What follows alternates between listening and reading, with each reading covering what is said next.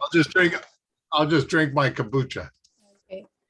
Hi, everybody, and happy Father's Day to all of you incredible dads and grandfathers out there. God bless you always for taking care of your children or for raising upcoming leaders.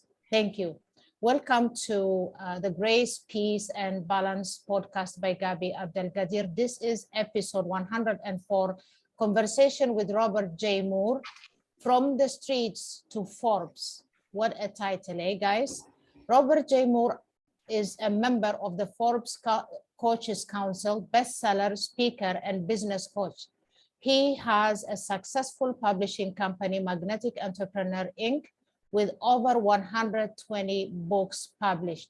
Robert is also a Guinness World Record holder and won the Honorary Doctorate Degree 2 times through the work associated with Magnetic Entrepreneur Inc. Okay, this is a very short paragraph of him, but you get to know who Robert is right now. So Robert, welcome to my podcast. Thank you very much, and thank you for the Happy Father's Day too. It's been a pleasure to raise children, and not mine, my stepchildren, as well as my own children. Oh, that's nice. I know you're going to raise leaders. God knows we need them in this. I got a 4-year-old right now that taught me something not long ago, believe it or not. I didn't even know what it meant. He's doing the water like density, right? The density. Yeah. I didn't know what the word meant. I've never had the reason to use it before. And he's talking about, oh, look, that density. And it's okay. What do you mean density? Well, the water floats and the water don't float. Like, okay. And then the wife explained to me that he was watching something that had density on it. And oh, wow. Yeah. Smart. I mean, I got a lot of education, but I didn't know that. I know. Like, oh yeah, they're born smart, especially nowadays, these children. So Robert, talk to us. I would love to hear, and I know everybody would love to hear about your childhood growing up. Were you wild? Were you a good kid? What were you like? I want to hear about that.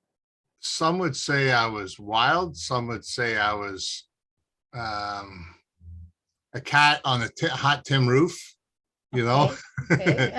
I can honestly say I was lost. I didn't feel like I fit into the house I was living with, in a broken family, stepmom, father raising me. I would be the one always getting in trouble. And the problem is, when I got in trouble, they'd take away my radio, my TV, all the excitement, and just leave me with the homework. Okay, you might as well get on a timeout. Yeah. Yeah, well, I was in my bedroom. Yeah, right. And it was rough because I got I got the spanking a lot. I got, I didn't get the privileges as my older brothers did.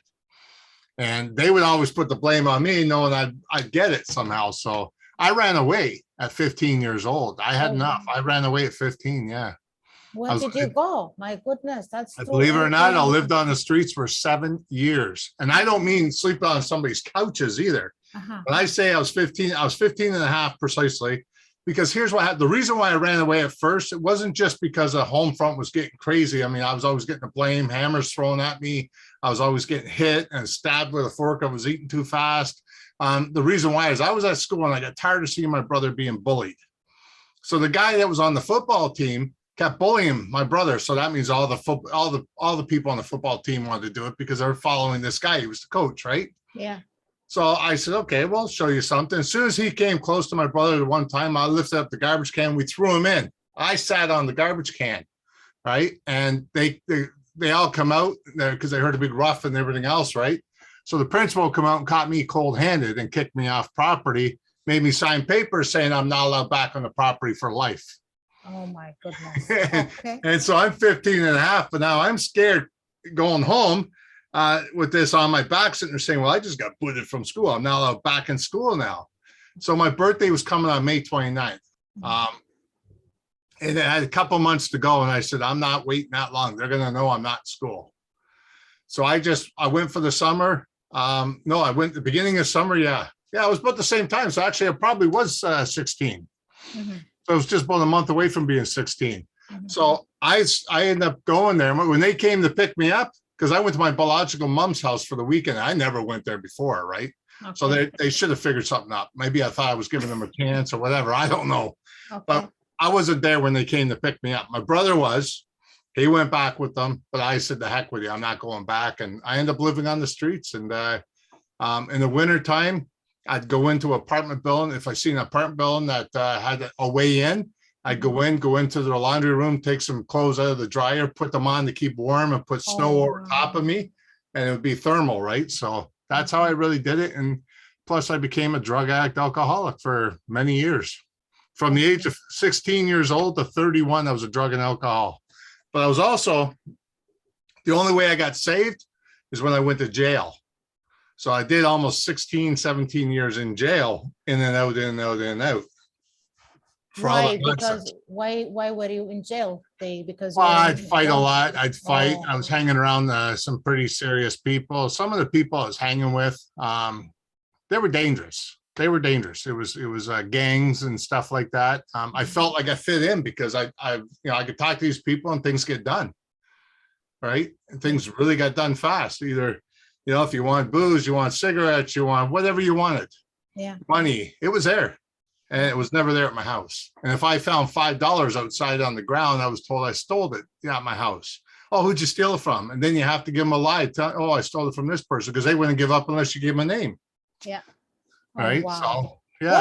What city was all this happening? I was raised in Clarkson, Ontario, in Canada. Okay.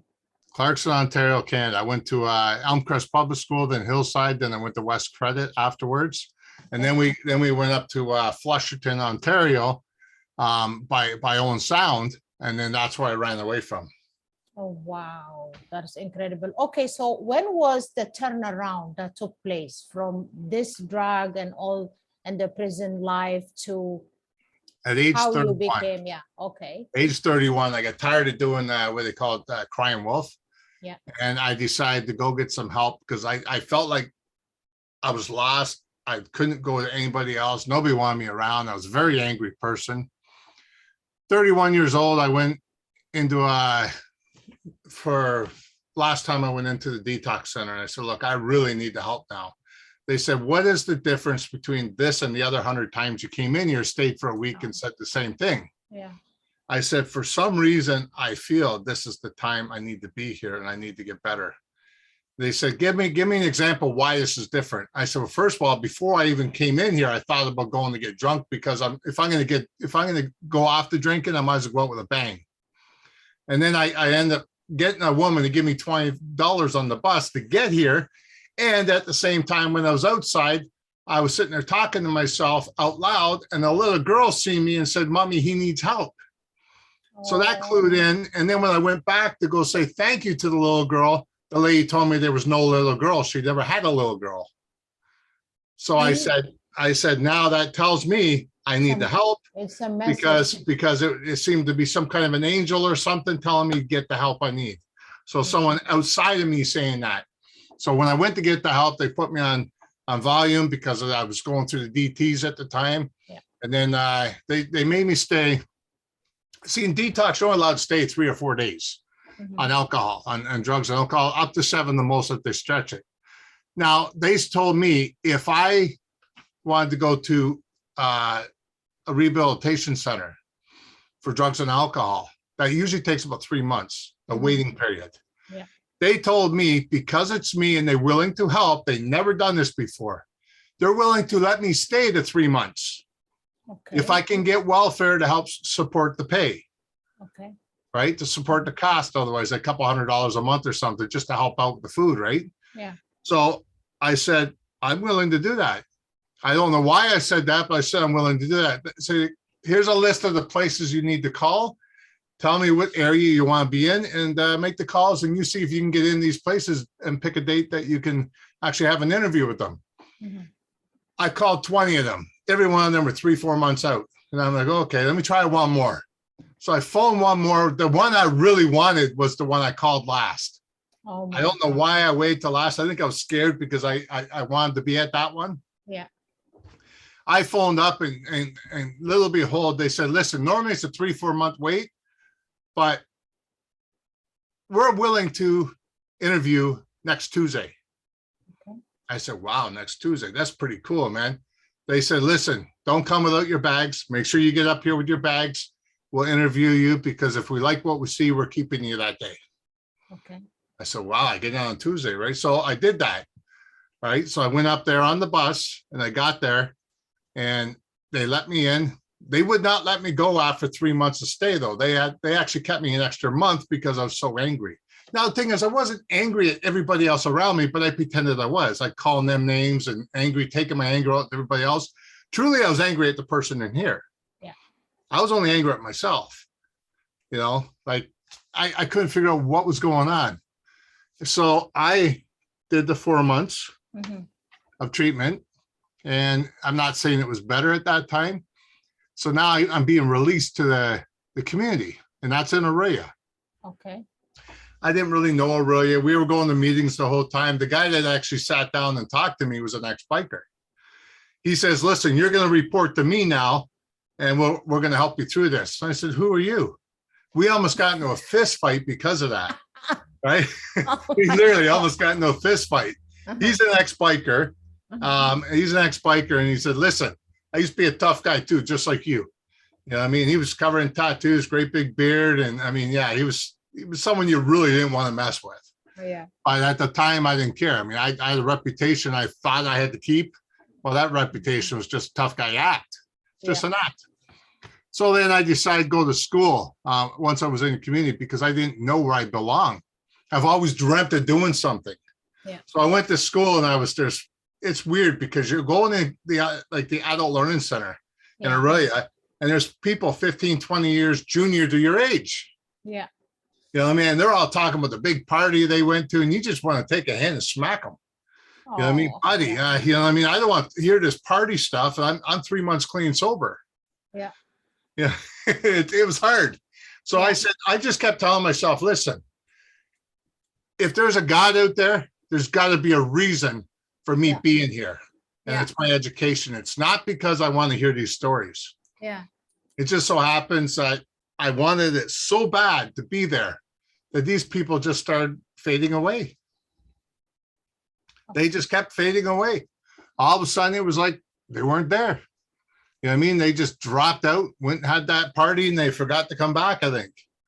Well, I ended up getting my grade 12, and then I said, that's not enough. So I went to Georgian College and got my social service worker diploma. Then with the Lakehead, I got my BA in psychology. Then I got my master's in counseling psychology. And then I got my harm reduction, mental health crisis, and ended up getting 2 honorary doctorate degrees for all the stuff I was doing. Yeah. I put in probably about 30 to 40,000 hours. Wow. All in the last 17 years. Volunteering hours. Oh my goodness. I mean, I was doing telehealth, I was doing telecare, you know, I was doing, like, I would literally sit there 8 hours a day doing my homework. And the funny thing is I was bored at the same time. So I was actually taking McMaster University and Lakehead University full courses at the exact same time. Oh, I was just so bored. Yeah. You know what the worst thing is? They told me my learning, I had a learning disorder. Oh, wow. I could not, they said, you're not going to make it past college. I'm going to tell you that right now. You're not going to make it past college. I said, why? They said, your percentile is only at grade 3. You're learning and you're reading and everything's at grade 3. My goodness. Well, that was enough for me to sit there and say, what do I do about this? I want to make it in life and I want to be somebody. My thoughts were, okay, be addiction counselor. Did that for 12 years. I also became a registered therapist. You know, I did that for 15 years. And I felt I just had my heart was on my sleeve too much. I wasn't making any money. I was getting more debt, you know, feeling sorry for these people. Between empathy and sympathy, I think I was doing more the sympathy than anything. Yeah. You know, I wasn't allowing them to have their own emotions. I was putting it on me and feeling sorry for them and stuff like that. So I was kind of had them backwards here. Mm-hmm. So I decided, well, when it happened to, I taught one person. There was a guy that come up. This is the funny part. I wrote a book, took me 2.5 years. That one there was called There's More to Life by Robert Moore. It wasn't even J in the middle at that time. Okay. Oh, wow. Okay. And that's when I changed it over to Robert J. Moore then, because I wanted to say, okay, I wanted to switch my life around. Robert Moore was the past tense. Robert J. Moore is the present. Oh, wow. And I like people to understand that, because a lot of people say, oh, Robert Moore. No, it's Robert J. Moore. Or Robert, not Rob or Bob or Fred, Sam, or George. You know what I mean? I mean, some people get that mixed up because they're so used to calling me, but I appreciate, you know, them talking to me anyways, but go from there. And when I wrote that first book, I was having a book signing. I didn't think anybody was going to show up. I was just trying to do my best, sell it and everything else. I had about 20 people show up, but there's one guy in particular showed up and said he's been watching me. And he's really intrigued.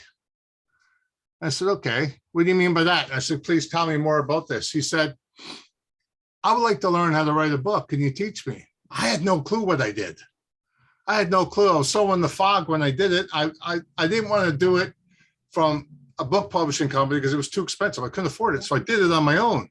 Yeah. Believe it or not, that cost me more than $50,000 alone because of the way I did it. Yeah. I had a hard lesson.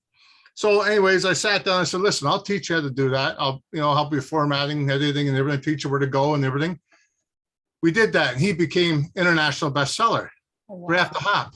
Nice. Yeah. We were taking a course at the same time. He was in person. I was out person, right, on the internet. And it was for Jack Canfield. Oh, wow. He ended up working for Jack Canfield for years. Oh, wow. Right? Yeah. And he said to me, he says, Robert, he says, for your third book, let me do a forward for you.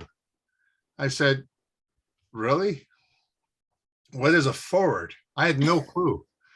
So I got to realize that what a forward was a synopsis of the book, but someone else telling the story that's more recognized than me. Yeah. Right. It's pretty simple, you know, straightforward.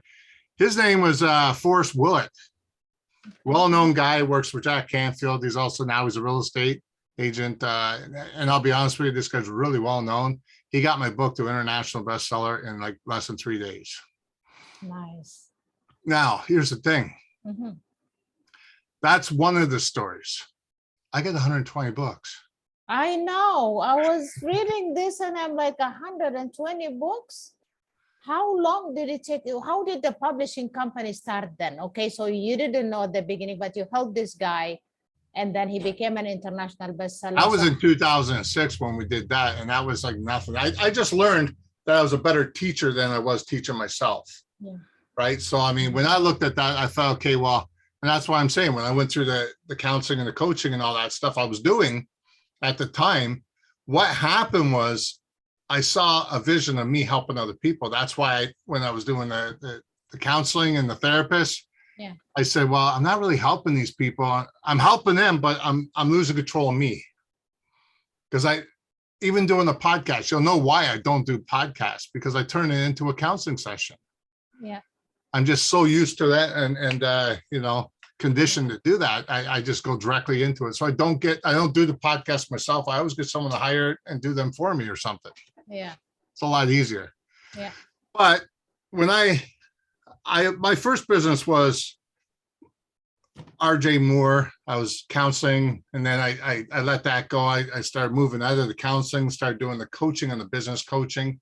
And that's when I learned that, hey, I'm a better teacher than I am listening to myself. So I need to hire a coach. Well, I went to a program one time. I can't remember what program it was. There were so many I invested into, you know, an event. There was a guy sitting beside me. And I swear to God, he just got off the farm and he was rolling around in pig shit, pardon my language, but that's what it looked like. It smelled like to me, and it just looked very dirty. I thought to myself, well, this is going to be my first client. Okay. Guaranteed. I don't care if I have to lower the price. I just need a first client. Yeah. And I'm begging to myself, okay, well, how am I going to do this? I'm just analyzing the crap out of this. I'm not even paying attention what's going on. Well, when the guy was leaving, he said, do you have Facebook? I said, I certainly do. I said, here's how you get on it. Boom, boom, boom. I got the hop, skip, jump, and I got the glow on. And I'm thinking to myself, this is going to be my first client. I don't care if it's $5 a month. Mm-hmm. Right. Well, it turns out the guy, when he got a hold of me, he was the operations manager for Thick and Grow Rich. He just happened to be helping the guy out move. And he was all sweaty in that. And it was on the farm. And I said, boy, did I misjudge that. Yeah, I don't think he's going to be my client. He ended up being my coach. Nice. He was my coach for a while. I mean, I've been taught by Les Brown. I've been taught by, you know, like some of the top people, Kyle Wilson, Rob Sharma, you name it. I've been taught by some of these people, Ted McGrath, Eric Thomas. I've studied 52 of the top achievers in the world.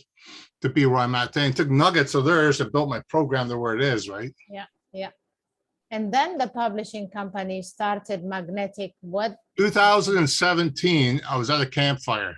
My father was there, and all of a sudden, he looked, and a friend of his come in, they're both drinking beers. I don't drink. I haven't drank in 17 years. In 2005, when I quit drinking and got my education and went from there. And here's the thing. I was at the campfire. The guy come up, shook my hand. He goes, "Oh, what do you do for a living?" And my dad wouldn't let me speak. He obviously spoke for me. He says, "Oh, he's the kind of guy that attracts everybody. He's like a magnet." He says, "Every time he goes somewhere, everybody wants to talk to him about something." And he says, "What, are you famous or something?" And I go, "No, I don't even know these people." I said, I work in the field, and all of a sudden it's like they tracked." He goes, "Oh, you're like a magnet." And he says, "Oh, is that what you do for a job? Is counseling and that?" He goes, "Yeah, so you're an entrepreneur." And it just boom right there, magnetic entrepreneur. Oh my God. And that's where it came from. And God bless my father and heaven today as Father's Day, you know. Yeah. He helped me with that 2007. So I went and got it. Trademarked, and then I went and got it incorporated. So it's incorporated now. And then I ended up winning the Guinness World Record in the business name. And I've been featured in Forbes magazine, and now I write for Forbes magazine. Oh wow! When did this happen? Congratulations, by the way. The other day, I became a Forbes Coach Council. Congratulations, Robert. You know what? I mean, my coaches right now are people that are in Forbes. They're actually coaching me on different things. Oh wow! Incredible. Wow. And who would have thought a guy that's living in and out of jail, living off the streets, right? And there was a lady, okay, I'm going to way back up when I was first started my speaking career. Okay. There was a lady who came to the learning center, and I was 3 months clean sober. She came to talk on, she was a trustee up in the area, Simcoe County. Okay. She was boring as hell. Okay. Nobody wanted to listen to her. They're all over talking and everything. And I felt, you know what, she deserves the respect. No matter how shitty I thought she was, she deserves this respect. So I went up to her and I said, "Listen," I said, "I just want to let you know, I appreciate you coming in. And I know it doesn't look like it around here. People are bored. It's not a topic people enjoy. But I appreciate you." And she goes, "Robert, I know all about you, man. I really need your help." I said, "Me? How do you know me? And what do you need my help for? I'm a nobody." So her son was actually going through drug and alcohol. I guess I was in the newspaper so many times because I had a buddy of mine that was also writing articles about me in the newspapers, you know, sitting there saying that, you know, here I am growing up and had rough times. I'm changing my life. Here I'm doing another book. I'm doing this. I'm doing that.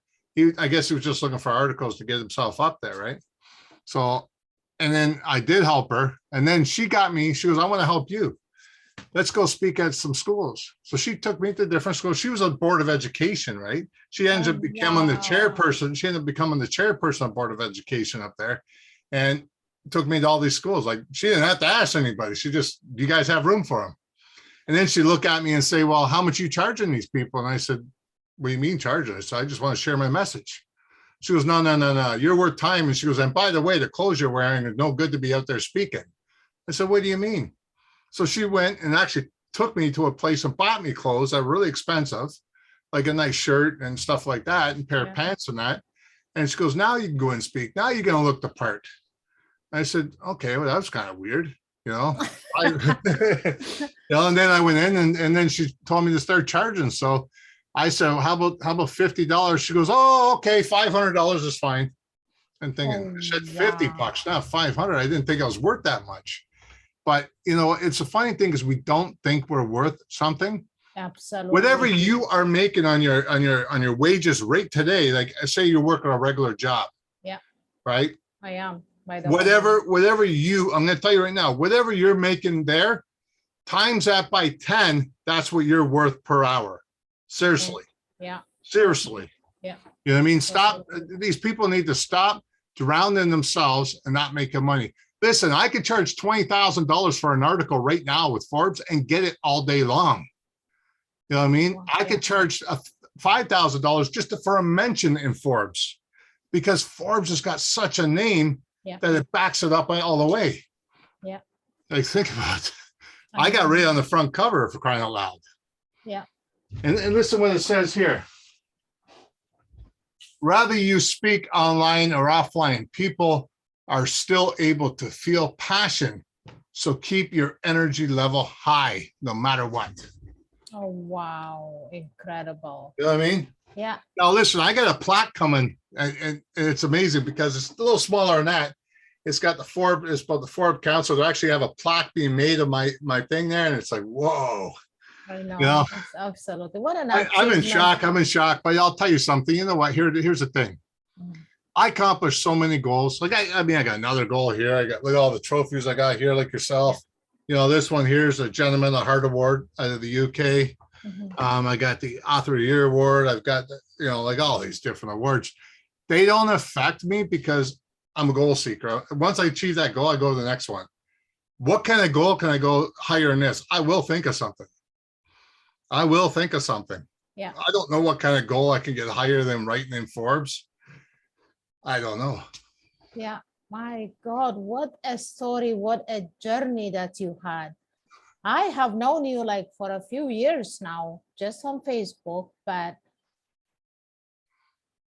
you think you know people, but you don't. That is one thing I have been learning. Like you think you know people, whether they're good, and then you find out they're not, or you just judge people by their look or by what they post, and you have no idea the journey that they went through and things like that. So I'm all against judgment, and I didn't know a lot about you. I just knew that you were like into books, and you're a publisher and all that stuff. And of course, through Tammy and Marianne, and I hear a lot of great stuff about you, but that is an incredible, incredible journey. So what is your next step? Well, I am selling Magnetic Entrepreneur. Okay. I am selling the publishing company. The consulting part and everything else stays with me. But I mean, you got the award ceremony, you got the Guinness World Record. It's been featured in Forbes. It's incorporated. It's all these different things involved in it. Plus, I've offered, because I'm trying to, if you look on my website for it, magnetic-entrepreneur.com, if you look on that, I'm actually taking myself away from the actual Magnetic Entrepreneur and trying to fit someone else in eventually, but taking myself away, make it more automated for them. Okay. So, I mean, one thing I surprise myself with, or surprise others with, some of the people I've worked with. I mean, if you look on my website, you'll see that even Les Brown's daughter, I've been coaching her for 3 years. Oh, wow. Right. His daughter, I've been coaching for 3 years. I had her speaking on my stage, face value, her and we've helped each other through some good times. Mr. Canada, I coached one of Mr. Canada before. You know, I'm right now I'm coaching Darman. Oh, I love that guy. Okay, oh one of the actors that are in there, I'm actually coaching her. Are you serious? Yeah, I'm dead serious, serious. Yeah, I never miss any of the shows that he posts. There is always such a beautiful message, and he brings in incredible. I'll show you something right here. You know, Catherine Norton, right? No. She's one of the actors in Darman. Okay. Well, yeah, when I see her face, I will know, because I never miss any of his shows. Well, you'll see the conversation right there is going on, and I'll show you her face right now. Yeah, I need to see her face, because I know I never miss Darman's shows. I love that guy. I guarantee you know her.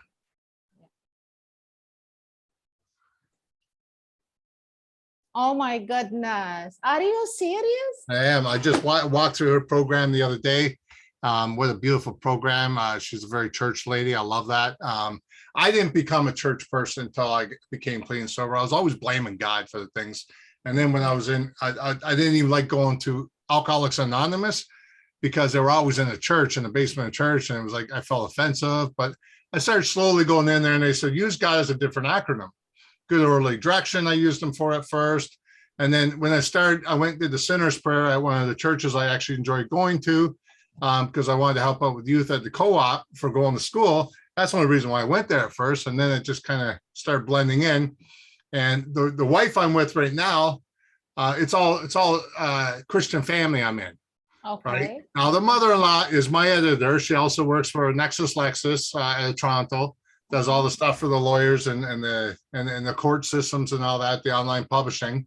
Okay. And she also works for me. And Strail Ford, she's the one that set me and my wife up years ago. Oh, that She is read, so she read my, I think cool. my second book or something like that. And Mhm. then said, oh, I gotta set you guys up. Somehow or another, it just turned out beautiful and it worked out well. Amazing. What a lovely story. Oh my God. Yeah. So Darman, oh my God. Okay. Just if you talk to him, tell him you have a huge fan here from Canada. I think he hears that once or twice for sure. Oh my God. He's got over 10 million subscribers. Yeah. Oh, Yeah. wow. It's Yeah. so true. Yeah. So he's incredible. And okay. So you are putting Magnetic Entrepreneur or the publishing company on for sale. I am So putting it you up for can sale. just It's either advert- that, put it this way, it's either that or someone comes to me and wants to invest. I'm willing to sell 49% and we can always talk price, go with that. Okay. I don't want to put a price out here right now because the time it goes on, it could be 5 weeks from now. Price could be changing because of the fact that what I've been doing. Yeah. Now, I know for a fact, I'm going to tell you right now, I know for a fact that this has all been word of mouth. Yeah. And I've got $1 million valuation on this, right? Forbes put it at 3, they put it at 1. So away we go from there. You know what I mean? So simply put, here's the thing.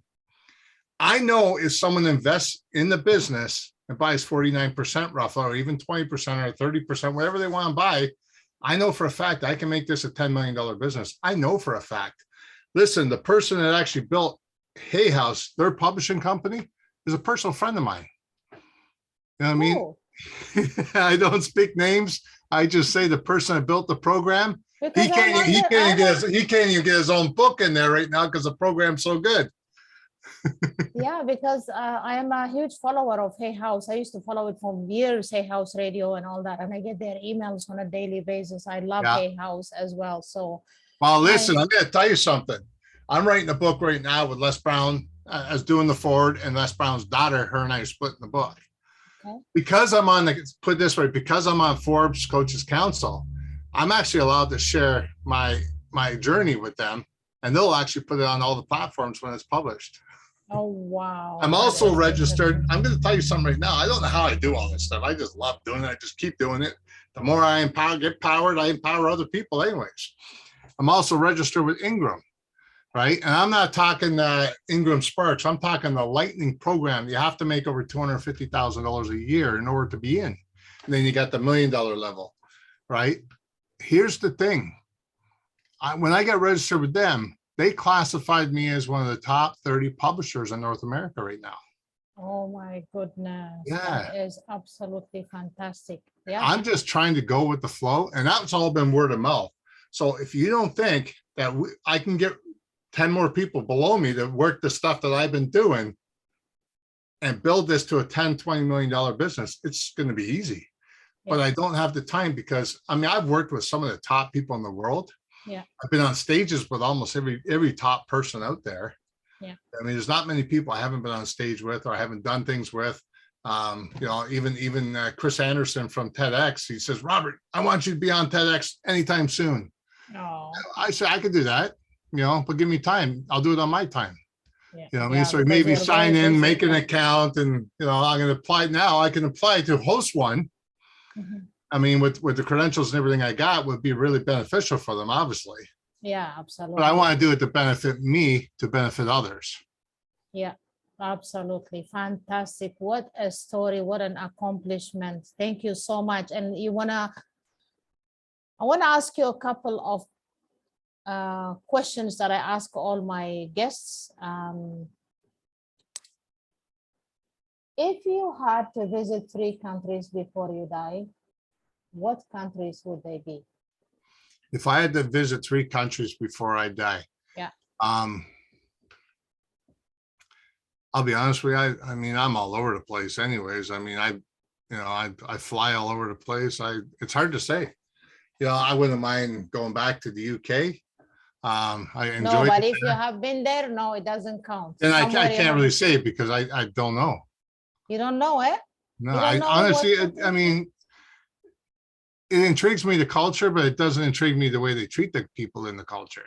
Oh, I know what you mean. Yeah. So, I mean, when I went to Paris, France, everybody brags how beautiful it is. Well, all I saw was a bunch of people pissing on in the corner and living on the streets and being abused and people walking with guns, and what a stinky, rotten place it was.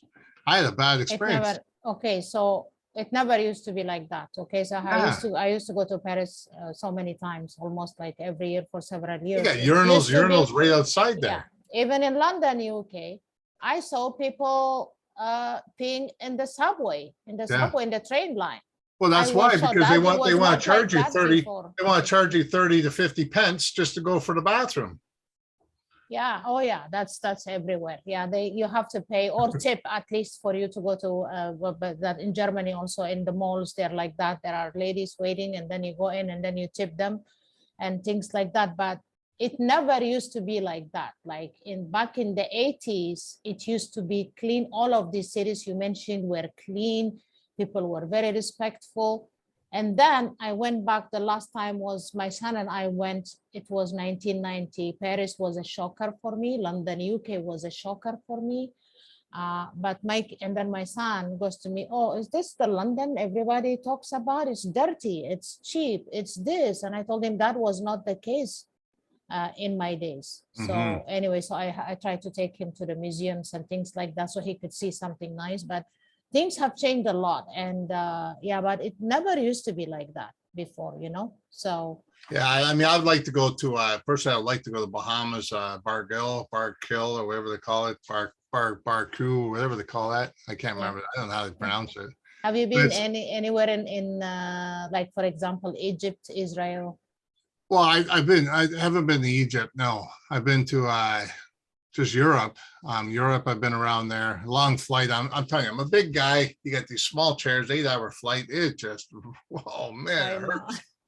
You got to get in the first class. I stuck in the first class last time. I pretend I was sleeping when I was there. It was great. I know, yeah. Or business class. Normally, business class, the seats are much better than the economy class. And Well, the first class, plane I was on, they weren't that much bigger. no, they weren't. No, they were pretty small. I mean, you had the double belts, But I mean, it was okay. Once it was down, I was happy. It was just, it was a long flight. It's a long flight. Yeah, I know. Okay, so if there is one dream you haven't accomplished, you would love to accomplish before you die, what would it be?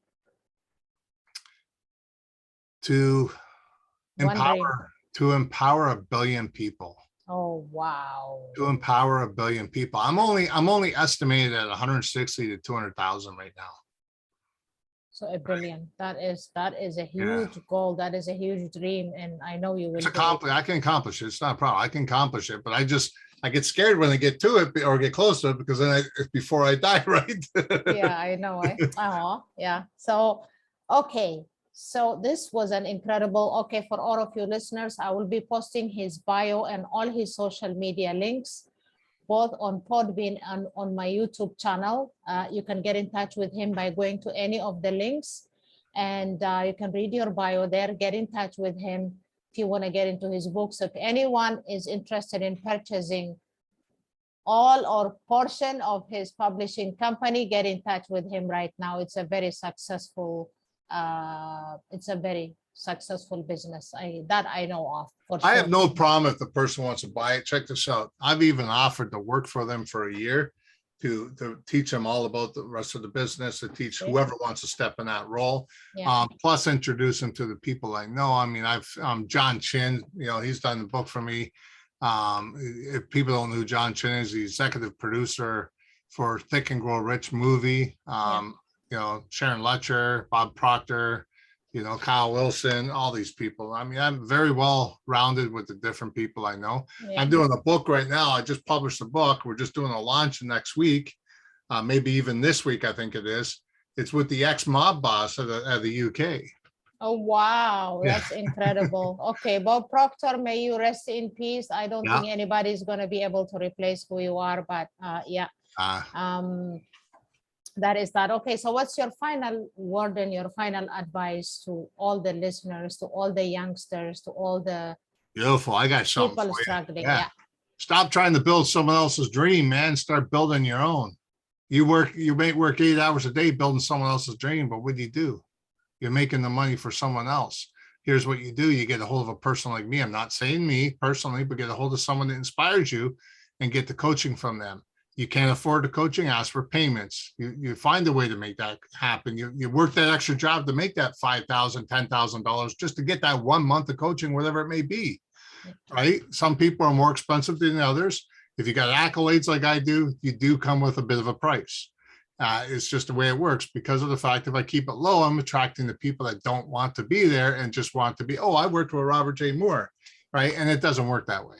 Here's the thing. You want to work, you want to get things out there. I'm a straight shooter. Be prepared to hear what you need to hear because I don't care about your emotions when I'm building your business. We can deal with that later. Yeah. All right. But I do care about your business and how you structure it. But this way, the pandemic blew me up. It blew me up. I actually do a lot of business coaching. And I'm telling you right now, that was the biggest part of the pandemic. It blew me up. People were coming out of the woodwork. Oh, I want to do my stuff online. Fine, let's do it. Let's teach you how to do it. Let's make you get there. Let's promote you afterwards and make you bigger. I've brought people living on the streets right to getting them into a hotel room. And then all of a sudden they got an apartment and all of a sudden now they're making 6 figures. I make multiple 6 figures just off Facebook alone.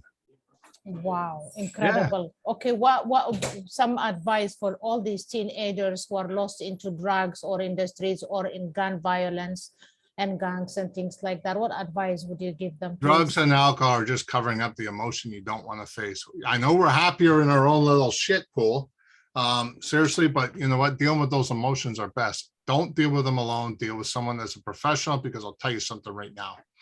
Those emotions will carry you back. It's just a devil holding you down. That's all it is, right? So if you turn it over and say, I've had enough and you really want to fight those emotions, I'm not going to say it's going to be easy. I guarantee it's not going to be easy. But I'll tell you, when you get across that line and you start learning to digest your emotions and look at them differently, whew, it's sweeter on the other side. Yeah, absolutely. Thank you so much. Oh my God, what an incredible interview. Thank you so much for being on my podcast. And I'll be posting, like I said, all his bio, all his social media links, both in Podbean and on my YouTube channel. Follow, download, like, share. Okay, thank you. And until the next episode, God bless. Take care. Thank you. Appreciate it.